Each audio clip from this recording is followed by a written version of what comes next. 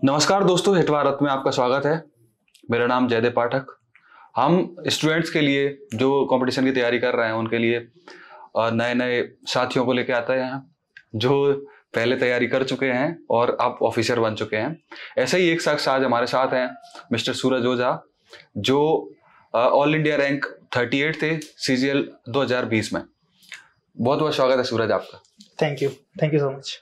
कैसा लग रहा है हमारे साथ आज जुड़ के? बहुत अच्छा लग रहा है। एक्चुअल में जो सूरज हैं वो इंदौर से ही हैं और इंदौर से ही इन्होंने तैयारी करी थी। और सूरज ने बेसिकली आपने तैयारी इंदौर से ही स्टार्ट करी थी। किस सन में तैयारी स्टार्ट करी थी? मैंने तैयारी स्टार्ट की थी 2019 अगस्त 2019 में। अगस्त 2019 में। अच्छा, कैसे पता चला आपको कि मुझे तैयारी CGL की तैयारी करनी चाहिए? पता तो ऐसे चला कि जब 2019 में मेरे कॉलेज खत्म हुए थे, जस्ट मई जून में कॉलेज खत्म हुए थे, और इसके बाद उससे पहले मैं करीब 9-10 कंपनियों के इंटरव्यूज के जा चुका था जहाँ से मैं फेल हो चुका था। तो कुछ था नहीं करने के लिए, तो मैं बेसिकली ग्राउंड पे गया था। ग्राउंड पे एक मेरे काफ़ी अच्छे फ्रेंड है अल्पेश भैया, जो अभी RBI में ऑफिसर हैं, मैनेजर की पोस्ट पर पोस्टेड हैं। तो उनको मैं काफ़ी उनसे सजेशन लेता था। तो उन्होंने बताया कि मैंने एक बार उनसे कहा कि भैया मुझे कॉलेज खत्म हो गया, अब आगे क्या करना है। तो मैंने इसे जैसे सजेशन बोला कि मैं MCA कर लेता हूँ जी, तो जिसमें MCA के लिए निमसेट की तैयारी होती है। तो उन्होंने मुझसे एक छोटा सा क्वेश्चन पूछा जो मैं यहाँ के जितने भी दर्शक हैं उनसे भी पूछना चाहता हूँ कि आप कोई भी जॉब डिसाइड कीजिए क्योंकि आपका हक है, लेकिन आप एक सवाल उस जॉब को डिसाइड करने से पहले अपने आप से पूछिए कि आज से 15 साल बाद, 10 साल बाद क्या आप उस जॉब के साथ खुश रह पाएंगे। क्योंकि जैसे ही बच्चा ग्रेजुएट होता है और पढ़ाई खत्म होने लगती है, वैसे उसके ऊपर एक प्रेशर आता है कि अब जॉब करना है, कि अब अर्न करके देना है। घर वाले एक्सपेक्ट कर रहे होते हैं कि अब हमारा बच्चा कमा कर देगा। लेकिन उस प्रेशर में कई सारे बच्चे क्या करते हैं कि कोई भी जॉब कर लेते हैं या कोई भी एक्शन कर लेते हैं। तो वो चीज से अब आप तुरंत तो आपको फ्रूट मिलता है। मैंने कई सारे लोगों को देखा है जो अभी भी 15,000, 20,000, 25,000 कमाते हैं। लेकिन आपको एक बात अपने आप से पूछनी है कि आप आज से 10 साल बाद, 15 साल बाद इस पोजीशन पे अपने आप को देख पाओगे और क्या आप उस पोजीशन पे हैप्पी रहोगे। मतलब आपको कहने का मतलब ये है कि अगर आप कोई भी एक्शन इन फ्यूचर में करने वाले हैं तो सबसे पहले आपको अपन उस जो प्रोफेशन आप चूज करने जा रहे हैं उसमें आप परसीवर कर पाएंगे कि नहीं कर पाएंगे, यानी कि आपका इंटरेस्ट भी होना उसमें जरूरी है। यानी 10-15 साल लगातार आप किसी काम को करते हैं तो आप लगातार उसको करते रह पाएंगे मजे के साथ। मतलब ऐसा नॉर्मली नहीं कि मैं कोई काम कर रहा हूँ, मेरे को एक महीने के लिए मेरे को 15,000 रुपए, 20,000 रुपए सैलरी मिल जाएगी तो मैं उसमें काम करते रहूंगा, वैसा नहीं। आपने चूज करा कि मतलब ये जो माइंड जो आपके अंदर आया, मतलब ये नॉलेज आपके अंदर आई, ये कैसे आई कि मतलब आपने चूज करा? क्योंकि कई बच्चे क्या होते हैं, भटक जाते हैं, वो कुछ भी करने को तैयार हो जाते हैं, केवल पैसा मिलना चाहिए। उनको कोई फर्क नहीं पड़ता कि वो फौज में भर्ती हो गए कि कहीं भी नौकरी में चले गए। देखिए, ये चीज़ जो है ना, ये मुझे जैसा मैंने बताया कि भैया ने मुझसे पूछा था, ये सवाल उन्हीं का था कि आज से 5 साल बाद, 10 साल बाद तो अपने आप को देख पाएगा कहीं। और कहीं ना कहीं एक अंदर से था कि नहीं, एक गवर्नमेंट जॉब लेनी है, क्योंकि government job is not about money. क्योंकि कई सारे कॉर्पोरेट सेक्टर्स मैंने देखे हैं जिसमें पैसे आपको बहुत मिलते हैं, लेकिन गवर्नमेंट ऑफिसर के पास में एक एडवांटेज होता है, वो होता है उनको रिस्पेक्ट मिलती है। वो जो प्राइड, वो जो रिस्पेक्ट मिलती है ना, वो रिस्पेक्ट की वैल्यू होती है। तो वो मतलब ये जो तैयारी है आपने किस एज में स्टार्ट करी थी? मैंने तैयारी स्टार्ट की थी 20 समथिंग 20 में। और आपका सिलेक्शन हुआ उस टाइम? 20 में तैयारी स्टार्ट करी, यानी 2 साल का टाइम लगा आपको। उसके बीच में 2 बार कोविड आ चुका था, इंक्लूडिंग कोविड। मतलब 2 साल कोरोना आ गया। और ये आपका फर्स्ट अटेम्प्ट था? सेकेंड अटेम्प्ट था ये। फर्स्ट अटेम्प्ट में क्या हुआ? फर्स्ट अटेम्प्ट जैसे ही मैंने प्रिपरेशन स्टार्ट की अगस्त 2019 में, तो 2020 में मार्च में फर्स्ट अटेम्प्ट था मेरा। तो उस टाइम, अब जब आपने स्टार्ट ही किए, देखिए प्रिपरेशन एक जर्नी है, और जर्नी कोई बहुत छोटी नहीं है ना, क्योंकि लाखों एस्पायरेंट्स दे रहे हैं उस चीज को, लाखों एस्पायरेंट्स उसके लिए स्ट्रगल कर रहे हैं। तो एक बात आपको समझना है कि आपको टाइम तो लगेगा। कई सारे लोग बोलते हैं कि मैंने 30 दिन में एग्जाम क्लियर कर दी, मैंने 50 दिन में एग्जाम क्लियर कर दी, मैंने 100 दिन में एग्जाम क्लियर कर दी। मैं आपको एक बात बताना चाहता हूँ कि जो ये लोग बोलते हैं ना कि मैंने 100 दिन में एग्जाम क्लियर कर ली, 50 दिन में एग्जाम क्लियर कर ली, वो 2 ही रीजन से एग्जाम क्लियर करते हैं। या तो उनका बैकग्राउंड बहुत स्ट्रांग था, पहली बात, या तो उनका बैकग्राउंड बहुत स्ट्रांग था, हो सकता है कि वो बहुत अच्छे स्ट्रांग बैकग्राउंड से पढ़ाई की उन्होंने, उनका बेसिक बहुत अच्छा हो, बहुत मजबूत हो, उन्हें बहुत ज्यादा ब्रशअप करने की जरूरत नहीं पड़ी, वैसे ही जॉब लगा ली उन्होंने। और या तो फिर एक बात, या तो उनका लक वैसा हो, लेकिन लक तो 99.99% टाइम आपका समझ लो कि ऐसा होना नहीं है। कितने बच्चे इस एग्जाम में अपियर होते हैं, मतलब एवरेज 35-40 लाख? 30 लाख बच्चे एग्जाम देते हैं। हाँ। कितनी वैकेंसी आती है? जब मैं एग्जाम दे रहा था तब शायद 7,000 समथिंग थी। और बच्चे मतलब अच्छे इंस्टीट्यूट से भी होते हैं, आईआईटी वाले बच्चे भी, एनआईटी वाले बच्चे होते हैं, एनआईटी वाले बच्चे इस एग्जाम को देते हैं। तो जैसे आपका बैकग्राउंड है, आपकी एजुकेशन बैकग्राउंड कैसा रहा, और आपका फाइनेंशियल बैकग्राउंड, मतलब घर में कैसी स्थितियां थी? देखिए, मेरा एजुकेशन बैकग्राउंड की मैं बात करूं तो एजुकेशन बैकग्राउंड मेरा कोई बहुत स्ट्रांग नहीं था। मैंने एमपी बोर्ड से पढ़ाई की हुई है और यहाँ के लोकल स्कूल से की हुई है, कोई बहुत खास स्कूल से भी मैंने पढ़ाई नहीं की हुई है। और ग्रेजुएशन में भी, कॉलेज में जब हम लोग पढ़ाई किए हैं तो कॉलेज हमारा अच्छा था, कॉलेज में थोड़ा अच्छा भी लगता था कि चलो एक थोड़ा अपग्रेड किया है अपने आप को। और फिनेंशियल बैकग्राउंड की अगर मैं बताऊं तो एक ही बात बोलना चाहूँगा कि जब मैं प्रिपरेशन करता था तो मेरे मंथली जो स्पेंडिंग्स होती थी, मंथली स्पेंडिंग्स होती थी मेरी 500 रुपीज़, जिसमें से 400 रुपीज़ तो मैं केवल लाइब्रेरी की फीस भरता था। तो इससे ही आप अंदाजा लगा सकते हैं कि क्या ये बहुत बड़ी बात इन्होंने बोल दी है, क्योंकि आजकल बच्चे बोलते हैं कि 5,000 रुपए घर वाले देते हैं, इसमें कोई काम नहीं होता। आप ये असिस्टेंट इन्फोर्समेंट ऑफिसर हैं इन डिपार्टमेंट ऑफ ईडी, और इन्होंने 500 रुपए मंथली में अपना खर्चा चलाया है, इंक्लूडिंग लाइब्रेरी, जिसमें 400 रुपए लाइब्रेरी को देने होते थे। तो कई बच्चे बोलते हैं कि जो मेरी फाइनेंशियल कंडीशन है वो बहुत डाउन है, शायद इतनी फाइनेंशियल कंडीशन डाउन बहुत सारे बच्चों की नहीं होती होगी, और उसके बावजूद भी स्ट्रगल करके आप आराम से पहले दूसरे अटेम्प्ट में अच्छी, मतलब शायद आप अभी बी ग्रेड की सर्विस में एंटर हुए और ए क्लास में जाने में आपको ज्यादा टाइम, 7 साल का टाइम इनको ए क्लास में जाने में लगा। अच्छा, तो मैं मैक्सिमम 10 साल मैं जानना चाहूंगा कि मतलब कैसी एग्जाम होती है, कौन सी एग्जाम देनी होती है, उसमें कौन कौन से सब्जेक्ट होते हैं? हाँ, देखिए, एसएससी सीजीएल के थ्रू मेरा एईओ इन ईडी सिलेक्शन हुआ है, जो 4600 ग्रेड पे सेंट्रल गवर्नमेंट की जॉब है। और इसमें बेसिकली चार सब्जेक्ट्स होते हैं जिसमें आपको फोकस करना होता है, जनरल स्टडी, मैथ्स, इंग्लिश और रीजनिंग। तो आपने मतलब जैसे स्पेसिफिकली अगर मैं 1-to-1 सब्जेक्ट की बात करूं, टियर 1 यानी प्रीलिम्स एग्जाम की, तो उसमें आपने मैथमेटिक्स कैसे पढ़ा, यानी कि आपका एजुकेशनल बैकग्राउंड उस फील्ड से था या आपने बाद में तैयारी करी? देखिए, बहुत सारे लोग बोलते हैं कि मैं हिंदी मीडियम से हूँ, मैं कैसे तैयारी करूँ, मैं इंग्लिश मीडियम से हूँ, मैं कैसे तैयारी करूँ। मैं आपको इसका एक बहुत छोटा सा और बहुत अच्छा सा एग्जाम्पल देना चाहता हूँ कि कई सारे लोग जब ये बात बोलते हैं ना कि मैं यहाँ से हूँ, मैं कैसे करूँ, मैं वहाँ से हूँ, मैं कैसे करूँ, और मैंने देखा है कि अब मैं जॉब ज्वाइन कर चुका हूँ और मुझे 8-9 महीने हो चुके हैं ज्वाइन किए हुए।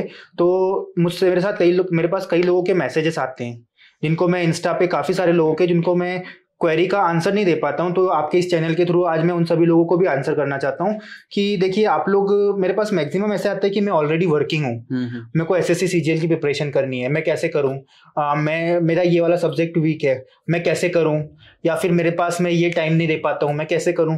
मैं उन सभी लोगों को एक बात बोलना चाहता हूँ, कई सारे लोग ना, जैसे एमपी बैकग्राउंड में बहुत ज्यादा हाई पेइंग अपॉर्चुनिटीज नहीं है ना। तो आप ना एक बात समझो, एक व्यक्ति अगर 20,000 रुपए मंथली कमा रहा है, ठीक है, अब वो उस 20,000 रुपए मंथली से 5 मंथ कमा रहा है, तब 1 लाख रुपए होता है। लेकिन अगर आप एक अच्छी जॉब सिक्योर करते हैं, 4600 ग्रेड पे सेंट्रल गवर्नमेंट लेते हैं, तो हो सकता है कि आपका वो 5 महीने का पैसा आपको 1 महीने में मिल जाए, है ना, नहीं तो 4 महीने का तो मिल ही जाना है।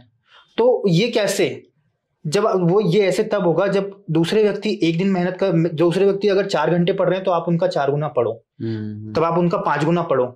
या तो देखो, लाइफ का एक बहुत बेसिक सा फंडा है, या तो आप स्टार्टिंग में मेहनत कर लो, या तो आप स्टार्टिंग के 2 साल ऐसे पढ़ो कि कोई ना पढ़े, या तो फिर आप जिंदगी भर थोड़ा थोड़ा करके काम करते रहो। मेहनत तो आपको हर कहीं करनी है। जो लोग बोलते हैं ना कि जॉब के बाद मजे ही मजे, तो वो जॉब के जो पहले जो प्रिपरेशन होती है, प्रिपरेशन फेज होता है, लोग उसे इग्नोर कर देते हैं कि no one knows the struggle. मंजिल तो खूबसूरत होती है लेकिन स्ट्रगल तो देखो। वो बेसिकली हमारा उद्देश्य भी इस चैनल को बनाने का और इस चैनल के माध्यम से बताने का, क्योंकि एमपी एक बहुत गरीब स्टेट है, यानी कि जो आपकी कंडीशन है, मेरी कंडीशन है, ऑलमोस्ट 90% लोगों की वही कंडीशन है। तो बहुत सारे बच्चे क्या है, उनको लाइफ में पता ही नहीं कि करना क्या है। इवन सीजीएल की जॉब को भी 2013-14 के आसपास तक बहुत सारे बच्चे जानते नहीं थे। अभी 2015 के बाद जब इंटरनेट, मोबाइल वगैरह आया, तब से लोग जानने लग गए हैं। और तो डिटेल में आज भी गांव का बच्चा है वो तैयारी करने का जाता है सिविल सर्विस की, यानी यूपीएससी की तैयारी करेगा या पीएससी की तैयारी करेगा, उसको ये नहीं पता कि सीजीएल जैसे एग्जाम होती है उससे भी इक्विवेलेंट पोस्ट मिल जाती है, यानी आपकी 4600 ग्रेड पे की जॉब आपने आसानी से ले ली पहले दूसरे अटेम्प्ट में, और वो भी आपका सैलरी 80,000+ आपको मिल रहा होगा, 80,000 प्लस। देखिए मैं आपको एक बात बताना चाहता हूँ कि जिंदगी में आसान तो नहीं होता है। कई सारे लोग बोलते हैं आसानी से मिल गया, तो मैं एक ही बात बोलता हूँ कि उनका बैकग्राउंड अच्छा रहता है। ठीक है, दिल्ली के बच्चों को आसानी से मिल जाता है क्योंकि वो बचपन से सीबीएसई पैटर्न में पढ़ते हैं, बचपन से उनकी एजुकेशन बैकग्राउंड वैसा होता है, उनका फाइनेंशियल स्टेटस भी काफी अच्छा है। लेकिन अगर स्पेसिफिक अगर मैं कुछ आप अपनी कंडीशन से कंपेयर करो कि आप किस जगह पे स्टैंड करते हैं, आपको एक बात देखनी है कि अगर आप ये नहीं करोगे तो आपके पास क्या ऑप्शन है। एक बात ये आपको बहुत सोचने वाली बात होती है कि लोग कहते हैं कि हमें बड़ी आसानी से मिल गया तो आपका बैकग्राउंड अच्छा है। कई सारे लोगों का बैकग्राउंड अच्छा नहीं होता है, तो उन लोगों को मेहनत करनी है। अब उनका बैकग्राउंड अच्छा हुआ कैसे, उन्होंने पहले मेहनत कर ली तो उन्होंने लास्ट में मेहनत नहीं करनी पड़ी। आप स्टार्टिंग से देखो, no one gets without working hard, तो ये चीज होती है। जैसे मैं एक और क्वेश्चन आपको पूछ लेता हूँ, जैसे टीयर 1 जो एग्जाम प्रोसेस है उसमें 2 एग्जाम होती हैं, केवल 2 एग्जाम होती है। टीयर 1 एग्जाम एक अलग होती है, फिर टीयर 2 होती है। टीयर 2 कितने घंटे की एग्जाम होती है, कितने क्वेश्चन पूछे जाते हैं? टीयर 1 का पैटर्न जो जब मैंने एग्जाम दी थी 2020 में, तब उसका पैटर्न सेम आज भी है टीयर 1 का, जिसमें 4 सब्जेक्ट होते हैं, 50 मार्क्स ईच होता है, 200 मार्क्स का पेपर होता है जिसमें से कट ऑफ डिसाइड होती है, 50-50-50 ईच का वेटेज होता है, लाइक मैथ्स 50 और इसके बाद में इंग्लिश 50, जीएस 50 और रीजनिंग 50। अच्छा, और फिर टीयर 2 होता है। टीयर 2 में क्या प्रोसीजर है? टीयर 2 का प्रोसीजर ऐसा है कि अब पहले तो जीएस का बिल्कुल वेटेज नहीं होता था, पहले जीएस और रीजनिंग नहीं पूछी जाती थी, लेकिन अब जब से एसएससी ने नया पैटर्न इंट्रोड्यूस किया है तब से इसमें टीयर 2 इंट्रोड्यूस में जीएस को लाया है, रीजनिंग को लाया है, तो इस तरह से इन सभी को मिलाकर ओवरऑल 390 मार्क्स का पेपर होता है अब। तो मतलब जो टीयर 1 है उसमें मैथमेटिक्स पे ज्यादा फोकस करना चाहिए, रीजनिंग पे? किस प्रकार से जो टीयर 1 क्वालिफाई करें बच्चे? देखिए अल्टीमेटली एक बात मैं आपको बताता हूँ कि आपको जॉब टीयर 1 क्लियर करने से नहीं मिलेगी जी। आपको जॉब मिलेगी जब आप टीयर 2 क्वालिफाई करेंगे और एक अच्छे मार्क्स से क्वालिफाई करेंगे, है ना। तो आपको ये हमेशा अपने माइंडसेट में लेकर चलना है, जैसे कि यूपीएससी में भी सभी लोग शायद सिमिलर पैटर्न फॉलो करते हैं कि पहले प्रीलिम्स निकाल लें फिर मेंस देखेंगे, लेकिन ultimately you have to know that कि प्रीलिम्स निकालने से जॉब मिल जाएगी क्या। तो आपको हमेशा एक एग्जाम को एक इसमें देखना है कि आपको एक पैटर्न में देखना है कि मेरे को एग्जाम टारगेट करना है, मेरे को टीयर 1 टीयर 2 टारगेट नहीं करने हैं, और अपनी प्रिपरेशन हमेशा वैसे रखो। कोई अलग से सब्जेक्ट्स तो आने जाते हैं, वही सब्जेक्ट्स वहां भी है, वही सब्जेक्ट्स यहाँ भी है, तो उस तरह से अपना वेटेज बना के रखो जिससे आपका सिलेक्शन होता है। तो मतलब आपका कहने का मतलब ये है कि टीयर 1 की तैयारी ना करते हुए आप केवल सब्जेक्ट्स की तैयारी करो, यानी टीयर 2 के जो सब्जेक्ट है उनको ढंग से पढ़ो जिससे आपका सिलेक्शन हो जाए। अच्छा, तो टीयर 2 में ऐसे कौन से सब्जेक्ट हैं जिन पे स्पेसिफिक फोकस करना चाहिए? जैसे मैं गांव से आया बच्चा हूँ, मैं हिंदी मीडियम से पढ़ा हुआ हूँ, तो मैं किस तरीके से अपनी तैयारी स्टार्ट करूँ और फिर उसमें सिलेक्शन तक पहुंच पाऊँ? देखिए आपको ना सबसे पहले तो बेसिक 1 by 1 में आपको बता देता हूँ। सबसे ज्यादा आपको, अगर आप गाँव से आए हुए हो या फिर आपका जैसे इस बैकग्राउंड में क्या होता है कि बहुत अच्छा वो नहीं होता है हम लोगों का बैकग्राउंड, तो इंग्लिश पे ज्यादा फोकस करने की जरूरत होती है, मैथमेटिक्स पे ज्यादा फोकस करने की जरूरत होती है, लेकिन एक बात ये है कि जीएस पे भी आपको उतना ही फोकस करना है और रीजनिंग पे भी। हाँ, आपको देखिए अगर 4 अलग अलग सब्जेक्ट है तो एक बात ध्यान रखिएगा कि 4 अलग अलग बच्चों के 4 अलग अलग सब्जेक्ट्स में एक्सपर्टाइज हो सकता है, तो ये आपको डिसाइड करना है कि आपका किस में एक्सपर्टाइज है। मान लिया किसी बच्चे का मैथ्स अच्छा है तो उसे मैथ्स में कम टाइम देकर इंग्लिश में ज्यादा टाइम देना चाहिए, किसी का इंग्लिश अच्छा है तो उसे इंग्लिश में कम टाइम देकर मैथ्स में ज्यादा टाइम देना चाहिए। तो इंग्लिश, जैसे इंग्लिश की बहुत सारी बुकलेट वगैरह आपने पढ़ी होंगी, कौन कौन सी किताबें हैं जिनसे अपन बेसिक जो है एसएससी लेवल का कवर कर सकते हैं? देखिए मैंने कहीं से कोचिंग नहीं की है, लेकिन हाँ मैंने बुक्स सारी प्रेफर की हुई है, तो मैं आपको बुक्स का बहुत अच्छे से सजेशन दे सकता हूँ कि आप पहले तो इंग्लिश के लिए, अगर आपको इंग्लिश को आप 3 स्ट्रक्चर में देखिए, और बेसिक आइडियली होता भी है कि अगर आप इंग्लिश पढ़ना चाहते हैं तो इंग्लिश को 3 स्ट्रक्चर में ही देखा जाता है। एक होता है ग्रामर, दूसरा होता है वोकेबुलरी, और तीसरा होता है पैसेज एंड कॉम्प्रिहेंशन। ठीक। तो ग्रामर के लिए आप नीतू सिंह की बुक पढ़ सकते हो, वॉल्यूम 1 जो आती है केडी कैंपस वाली, वो पढ़ सकते हो। वोकेबुलरी के लिए ब्लैक बुक की वोकेबुलरी देख सकते हो आप। थर्ड है कंपटीशन का कॉम्प्रिहेंशन, तो कॉम्प्रिहेंशन के लिए आपको रीडिंग अपना स्ट्रॉन्ग करना होगा, मतलब न्यूज़पेपर वगैरह पढ़ना, न्यूज़पेपर पढ़ो, नॉवेल पढ़ो, और अगर ये भी नहीं पढ़ पा रहे हो तो प्रीवियस ईयर के काफी सारे क्वेश्चंस लगाओ, काफी सारे जजमेंट आर्ग्यूमेंट्स आते हैं वो देखो। अच्छा, हाँ, इस तरीके से मतलब ये जो सब्जेक्ट्स हैं वो कवर कर सकते हैं। ऐसे ही मैथमेटिक्स में क्या कर सकते हैं? मतलब मैं बेसिक से बिल्कुल जीरो, मुझे कुछ नहीं पता है एसएससी के बारे में, मैं तैयारी शुरू कर रहा हूँ, तो मेरे को कहाँ से शुरू करनी चाहिए? देखिए अगर आप सपोर्ट मतलब अफोर्ड कर सकते हैं तो किसी भी टीचर का ऑनलाइन कोर्स ले सकते हैं।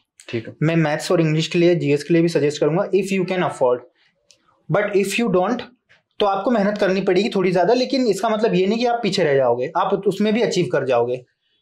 तो ये चीज थोड़ा सा ध्यान रखने वाली है कि मैथमेटिक्स की जैसे बात कर रहे हैं तो मैथमेटिक्स के लिए पिनेकल आती है प्रीवियस ईयर की, वो लगाइए। उसके बाद सारे सब्जेक्ट्स कवर करने के लिए राकेश यादव क्लास नोट्स आते हैं, वो सबसे बेस्ट होते हैं, वो आप लगाइए। इसके बाद देखिए कि एग्जाम में एक बेसिक पैटर्न है, मतलब ये मेरे टीचर ने मुझे बताया था कि आप किसकी तैयारी कर रहे हो, क्या किसी कोचिंग इंस्टीट्यूट के एग्जाम की तैयारी कर रहे हो? अगर आप किसी कोचिंग इंस्टीट्यूट के एग्जाम की तैयारी कर रहे हो तो आप उस कोचिंग इंस्टीट्यूट के एग्जाम की तैयारी कीजिए। लेकिन अगर आप एसएससी सीजीएल की या एसएससी के इंस्टीट्यूट की तैयारी एसएससी के एग्जाम की तैयारी कर रहे हो तो आपको एसएससी की प्रीवियस ईयर देने पड़ेंगे, तब ना आप एसएससी के पैटर्न को समझ पाएंगे कि एसएससी किस तरह से क्वेश्चन पूछ रहा है। आप एसएससी के लगाइए 300 पेपर्स प्रीवियस ईयर, आपको सब समझ में आ जाएगा कैसे पूछते हैं, क्या पूछना है, ये होता है। अच्छा, मैं बेसिकली कई बच्चे ऐसे होते हैं जिनके मन में चल रहा होता है कि यार हम तो गांव में रहते हैं या मतलब अफोर्ड नहीं कर सकते, शहर में नहीं जा सकते, इंदौर नहीं आ सकते, दिल्ली नहीं जा सकते, क्या जरूरी है कि कहीं ऑफलाइन कोचिंग जाके लेनी चाहिए? मैं बिल्कुल सपोर्ट नहीं करता ऑफलाइन कोचिंग का। You can take online, because online देखिए, ऑफलाइन आपने मान लीजिए, मैं आपको एक एग्जांपल देता हूँ, आपने ऑफलाइन कोचिंग ली, ठीक है, 4 घंटे की आपकी कोचिंग है ना। आप एक बात समझिएगा, 4 घंटे की कोचिंग है, आप गए, आपकी कोचिंग का टाइमिंग है 12 बजे से 4 बजे का। आप मॉर्निंग में 7 बजे उठे, आपने अपना टाइम लिया, 8 बजे 8:30 बजे आप पढ़ने बैठे, 11 बजे तक आपने पढ़ा और 11 बजे आप निकल गए कोचिंग के लिए। आप 11 से 12 1 घंटा तो आपको कोचिंग जाने में लग गया। उसके बाद टीचर 12 से 1 बजे तक इंग्लिश की फैकल्टी आनी थी, वो 15 मिनट लेट हो गई, आपका 15 मिनट वहां वेस्ट हो गया। फिर जो सेकंड सब्जेक्ट आया उसमें टीचर 5-10 मिनट लेट हो गया, या टीचर वही रिपीट करवा रहा है जो आपने ऑलरेडी पढ़ रखा है ना, ये भी होता है। 2-3 घंटे के बाद आपकी एनर्जी इतनी डाउन हो गई कि यार मेरे को चौथा लेक्चर लेने की, अटेंड करने की जरूरत नहीं, आपको घर आने में 1 घंटा फिर लग गया। अल्टीमेटली आपका 6 घंटे में कितना प्रोडक्टिविटी आई?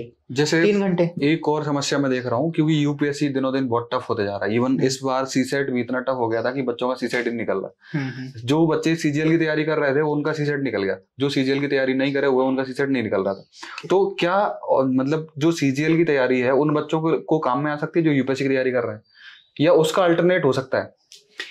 देखिए, यूपीएससी की तैयारी कर रहे हैं, इस मीन्स कि आपने ऑलरेडी अपने लिए सोच रखा है कि आपको सिविल सर्विसेज में जाना है, और इसके लिए आप उतनी मेहनत भी कर रहे होंगे बेशक, क्योंकि आपको पता है कि UPSC is the toughest exam in India. तो आपको उस हिसाब से अपना माइंडसेट रखना है। लेकिन अगर आप अल्टरनेट देख रहे हैं तो अल्टरनेट आप पहले देखिए, बाद में मत देखिए। देखिए, जब आपके पास एक जॉब हो जाएगी तो आप एक ऐसी जॉब सिलेक्ट कीजिए। आप 4600 ग्रेड पे आपको हेक्टिक लग रहा है तो आप 4600 नहीं, लेकिन एसएससी में कई सारी ऐसी जॉब है जो बिल्कुल हेक्टिक नहीं होती हैं, तो आप वहां लीजिए ताकि आपका एक बेसिक सैलरी आना चालू हो जाए और आप पढ़ना स्टार्ट कीजिए। कौन कौन सी वो जॉब है? जैसे डीए काफी अच्छी पोस्ट है, डीए डिविजनल अकाउंटेंट पोस्ट होती है 4200 ग्रेड पे, सेंट्रल गवर्नमेंट, जिसमें आपको जो तैयारी का बिल्कुल समय मिल सकता है। अच्छा, वो काफी बढ़िया है आपको, अगर आपको प्रिपरेशन करनी है यूपीएससी की। लेकिन अगर आप 4600 ग्रेड पे अदर जॉब्स में जाओगे तो आपको डेफिनेटली स्ट्रगल करना पड़ेगा यूपीएससी के लिए। तो जैसे मैं कंपेयर करूं स्टेट सर्विस यानी एमबीबीएससी जो बच्चे देते हैं और सीजीएल देते हैं, तो बच्चों को क्या फैक्टर जो माइंड में रखने चाहिए कि वो बच्चा सिविल सर्विस की तैयारी करे और दूसरा बच्चा है वो सीजीएल की तैयारी करे? एक तो पर्सन टू पर्सन वेरी करता है, लेकिन एमबीपीएससी जैसे कि मैं देखता हूँ कि काफी टाइम से रेगुलर नहीं है। अगर आपको रेगुलर जॉब चाहिए, मतलब अगर आप 2-4 साल में 100% जॉब चाहिए तो सीजीएल की तैयारी करनी चाहिए। अगर आप 5 साल तक रिस्क लेके आराम से तैयारी कर सकते हैं तो आप पीएससी की तैयारी कर सकते हैं। पीएससी में ऐसी कौन सी पोस्ट है जो कंपैरेटिवली थोड़ी अच्छी लगती है कि सीजीएल से ठीक है? डीसी और डीएसपी, लेकिन 2 पोस्ट हैं और यही पोस्ट है कि ठीक है ये दोनों पोस्ट। अच्छा, और जैसे जो इंदौर के बच्चे हैं, एक्चुअल में पीएससी बहुत दिनों से नहीं आ रही है, तो उन लोगों को आप सजेस्ट करेंगे कि उनको एसएससी की तैयारी करनी चाहिए? अगर आपका बैकग्राउंड अच्छा है और आपको यकीन है कि आप पीएससी आएगी तो मैं निकाल दूंगा, तो डेफिनेटली मत कीजिए, पीएससी की तैयारी करनी चाहिए। तो आप पीएससी की ही तैयारी कीजिए। जॉब सेटिस्फेक्शन कैसा है? मतलब जैसे मैं यूपीएससी का एस्पिरेंट हूँ, मैं तैयारी करना चाहता हूँ, तो मैं एसएससी में जाना चाहिए कि पीएससी में जाना चाहिए? अगर आप यूपीएससी के आपके सब्जेक्ट्स अच्छे से कवर हैं और आपको घर प्रेम है तो आप पीएससी के साथ डेफिनेटली जा सकते हैं। पीएससी की 2 पोस्ट काफी अच्छी हैं, डीसी और डीएसपी। एक अदर मैं जो पर्सपेक्टिव जानना चाहूंगा आपकी लाइफ में कि मतलब जैसे कई बच्चे बहुत ज्यादा सीरियस हो जाते हैं, मतलब वो सोशल मीडिया से कट ऑफ हो जाते हैं, तो इस तरीके से तैयारी करनी चाहिए कि नॉर्मल इंसान की तरह? पर्सन टू पर्सन वेरी करता है। मैं तो सबसे कट ऑफ हो गया था, मतलब आप तो ऑलमोस्ट कितने बजे लाइब्रेरी जाते थे, या आपने लाइब्रेरी से पढ़ाई की जहाँ तक मुझे पता है? मैं 8:30-9 बजे तक लाइब्रेरी पहुंच जाता था, रात के 10 बजे तक पढ़ता था। मतलब ऑलमोस्ट 10-12 घंटे आप? मतलब मैंने, अगर मैं सही बताऊं तो 1.5 साल अच्छे से पढ़ाई की हुई है, और ये 1.5 साल ही मैंने इतने अच्छे से पढ़ाई की है कि वो कुछ और नहीं किया। मतलब आपने कोई डिस्ट्रैक्शन वगैरह अगर कोई मिल रहा है आपको तो आपने उसको अवॉइड करा? सब अवॉइड किया है। चलिए, आपसे मिलके बहुत अच्छा लगा। Thank you so much.